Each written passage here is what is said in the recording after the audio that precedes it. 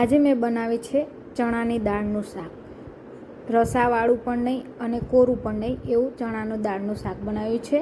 ચણાની દાળને મેં અડધો કલાક માટે પહેલાં પલાળીને રાખી દીધી. બાફવા મૂકો ત્યારે એમાં ખાલી મીઠું એડ કરવાનું રહે. મેં મીઠું એડ કરીને ધીમા તાપે 3 થી 4 સીટી વગાડીને મેં બાફી લીધી છે દાળ. અને સીટી કાઢીને પણ ચેક કરી શકો છો. દાણો એકદમ છૂટો પડી જાય અને લોંદો ના થઈ જાય એનું ધ્યાન રાખીને મેં બાફી લીધી છે. હવે એનો વઘાર કરવા માટે તેલ ગરમ કરવા મૂકીશું એક બાઉલમાં. તેલ ગરમ થઈ જાય એટલે એમાં રાઈ એડ કરી દઈશું, જીરું એડ કરી દઈશું, મીઠો લીમડો એડ કરી દઈશું અને હિંગ એડ કરીને આપણે જે બાફેલી દાળ છે એને એડ કરી દેવાનું. બધી દાળ એડ થઈ જાય પછી એને સારી રીતે મિક્સ કરી લેવાનું. 2 મિનિટ 3 મિનિટ એવી રીતે ચડવા દેવાની.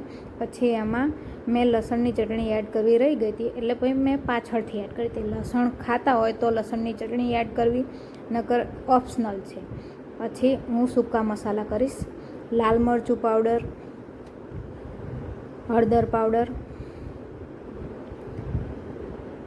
ધાણા જીરું પાવડર, ગરમ મસાલો.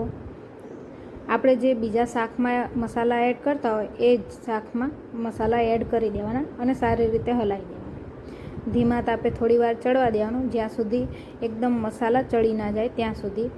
તેલ છૂટું પડવા લાગે એટલે આપણી દાળનું શાક એકદમ રસાવાળું, બહુ રસો પણ નહીં અને કોરું પણ નહીં એવું રસાવાળું શાક તૈયાર છે.